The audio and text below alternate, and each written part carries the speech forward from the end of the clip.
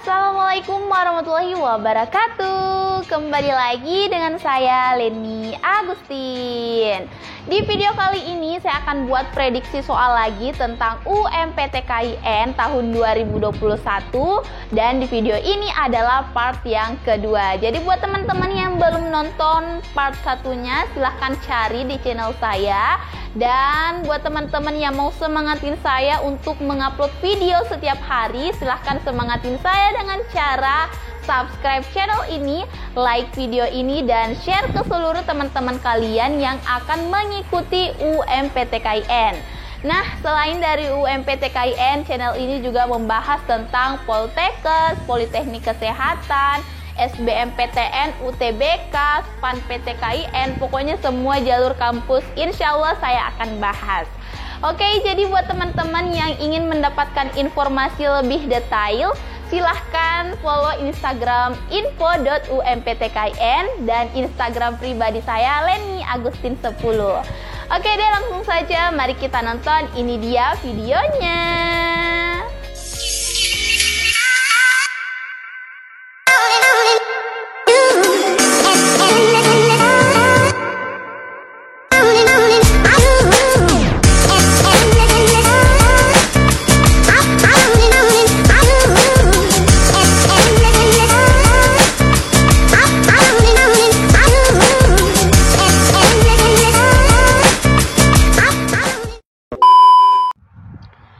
Oke guys, jadi di soal yang ini adalah soal tentang kecepatan, mencari kecepatan, di mana materi-materi kecepatan itu pasti tidak pernah alfah dari yang namanya soal matematika. Untuk memasuki suatu kampus, jalur apapun itu pasti ada yang namanya kecepatan.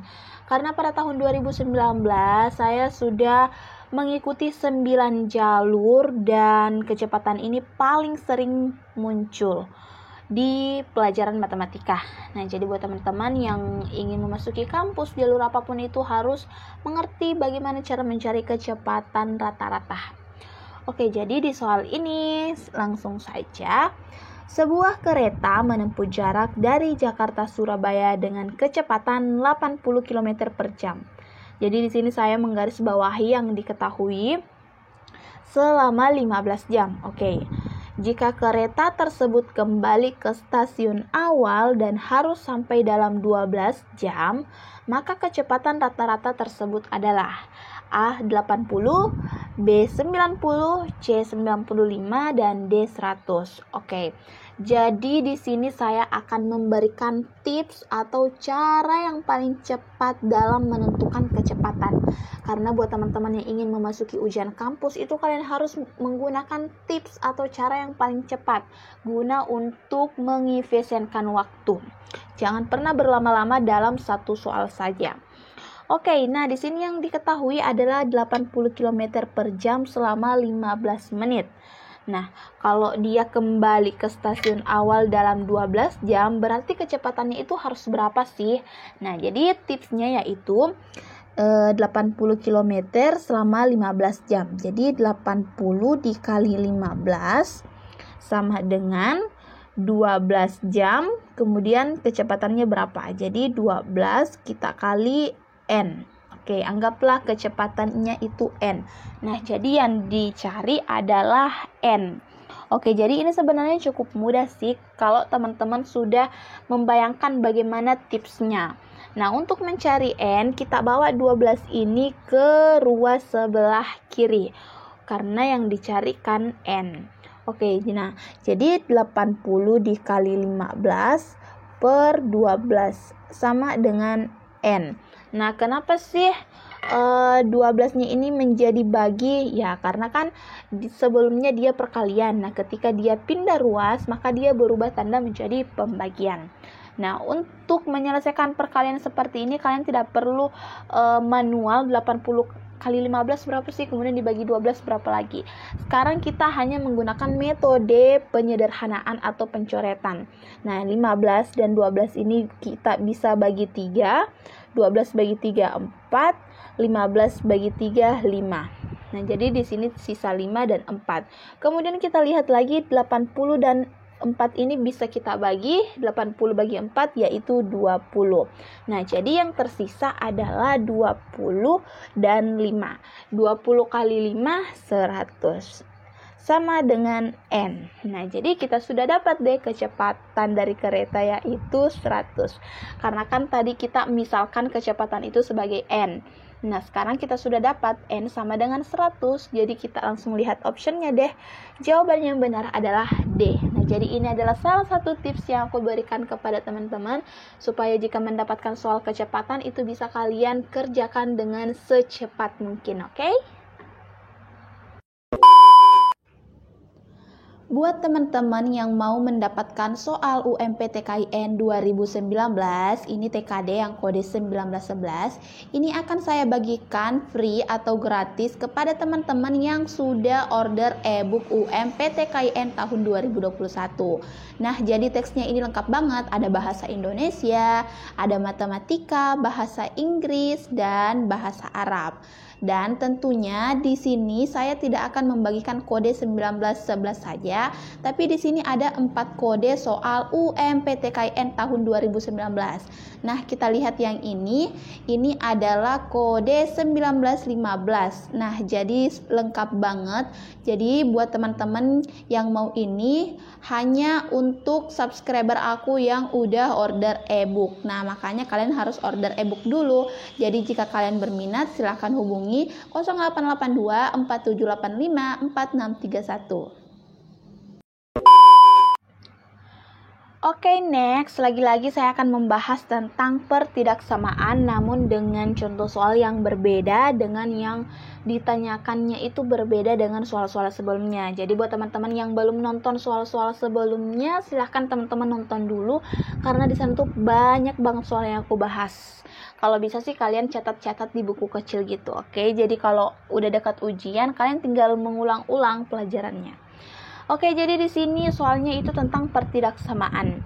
Langsung saja, jika 3 lebih kecil X lebih kecil 6, atau ini bisa dibaca X lebih besar dari 3 lebih kecil dari 6, dan Y lebih besar dari 5 dan lebih kecil 7, maka titik-titik. A, X lebih besar Y, B, X lebih kecil Y, C, X sama dengan Y, atau D, 2X lebih besar dari 2Y, atau E, X dan Y tidak dapat ditentukan. Karena memang ada sebagian soal yang jawabannya seperti ini, mengecoh banget, X dan Y tidak dapat ditentukan. Tapi sebelum teman-teman menjawab ini, kalian harus kerja dulu lah.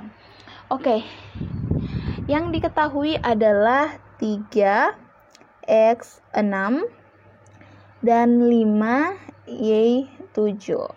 Oke, jadi ini saya berikan lagi tips atau cara yang paling cepat untuk menentukan soal yang seperti ini. Nah, logikanya itu ketika X lebih besar dari 3 dan lebih kecil dari 6, jadi angka yang berada di antara di sini yaitu angka 4 dan 5. Artinya angka yang berada di antara 3 dan 6 yaitu 4 dan 5. Sedangkan di bagian ini angka yang berada di antara 5 dan 7 yaitu angka 6. Nah, jadi seperti itu. Nah, di sini sebenarnya kita sudah bisa menentukan jawabannya apa sih? Karena kesimpulannya nilai 4 dan 5 itu akan selalu kurang dari 6. Nah, jadi di sini sudah bisa kita tebak bahwa X itu lebih kecil dari Y. Nah, karena kan ini tadi sebagai X, ini sebagai Y. Nah, di mana X-nya itu selalu 45 dan Y-nya itu 6. Nah, kesimpulannya 4 dan 5 itu akan selalu kurang dari 6. Maksudnya lebih kecil. Nah, jadi X itu lebih kecil dari Y. Oke, jadi X lebih kecil dari Y. Sekarang kita lihat di optionnya. X lebih kecil dari Y adalah B. Oke, jadi soal ini cukup mudah lagi ya. Nanti kita bahas yang lebih sulit. Buat teman-teman yang punya pertanyaan, langsung saja di kolom komentar. Oke, next soal selanjutnya ini sepertinya agak rumit, tapi insya Allah kalau teman-teman paham, sebenarnya semua matematika mudah kok guys kalau kalian paham cara jalannya. Oke, langsung saja. Di sini ada tentang perbandingannya. Ini sering banget muncul juga di ujian-ujian ketika teman-teman ingin memasuki kampus. Soalnya yaitu umur alfa 2 kali umur beta. Oke, langsung saja kita tulis diketahui ya. Umur alfa 2 kali umur beta, berarti alfa sama dengan 2 kali beta. Sedangkan umur gamma 10 tahun lebih muda dari alfa, berarti gamma kita simbolkan G, 10 tahun lebih muda dari alfa, berarti alfa dikurang 10. Nah, jika rata-rata umur ketiganya sama dengan umur gamma, rata-rata umur ketiganya sama dengan umur gamma, berarti A ditambah B ditambah G per 3 sama dengan umur gamma, berarti G. Nah, kenapa saya bisa membuat persamaan seperti ini? Karena kan di sini mengatakan jika rata-rata umur ketiganya. Nah, berarti umur alfa, umur beta, dan umur gamma itu dijumlah semua.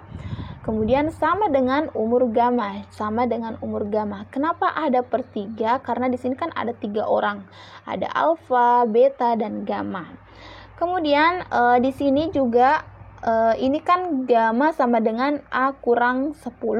Nah, jadi gamma ini bisa kita ubah A-nya menjadi 2B karena kan A sama dengan 2B. Jadi di sini bisa 2B dikurang 10.